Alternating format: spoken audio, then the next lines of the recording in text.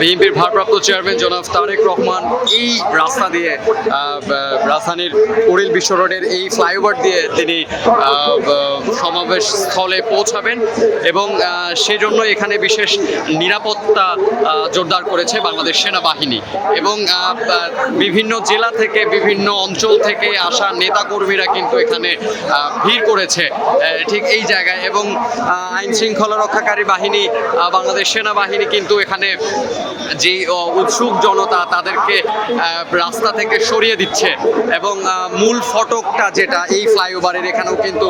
বিশেষ নিরাপত্তা জোরদার করা হয়েছে পুরো পুরো পুরো আপনাদের যদি দেখাতে চাই পুরো পুরো এই ফ্লাইওভারটি কিন্তু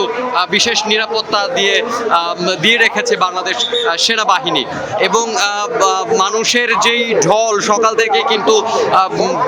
বাংলাদেশের বিভিন্ন জেলা থেকে বিভিন্ন অঞ্চল থেকে নেতাকর্মীরা এসে এখানে ভিড় করছে এবং তাদের যেই ভিড় সামলানোর জন্যই কিন্তু নিয়োজিত আছে বাংলাদেশ